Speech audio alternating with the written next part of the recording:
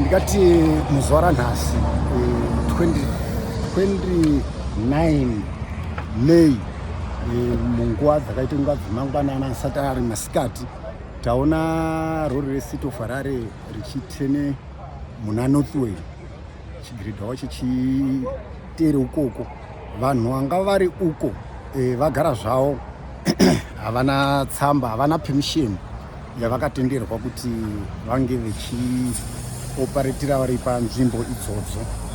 Saka inini handina chandanyanya kuvhundukira kuti ndifane kugadzirirawo kuti pane zvingagona kuitike pabasa pangu pendinoshandira panapa, sekuti mitero iripo ende ndakatobhadhara pa 15 May uchiri valid, sekuti unozoexpire futi 15 July ndozonga futi ndichiterera. Ndimbokubata ipapo baba. Pamuri kuti mimi maibhadhara, makatobhadhara musi wa15 May zvekare ichiexpire musi wa15 July. Makabhadhara kunani wamaibhadhara? Kana tichibhadhara tinobhadharire ku district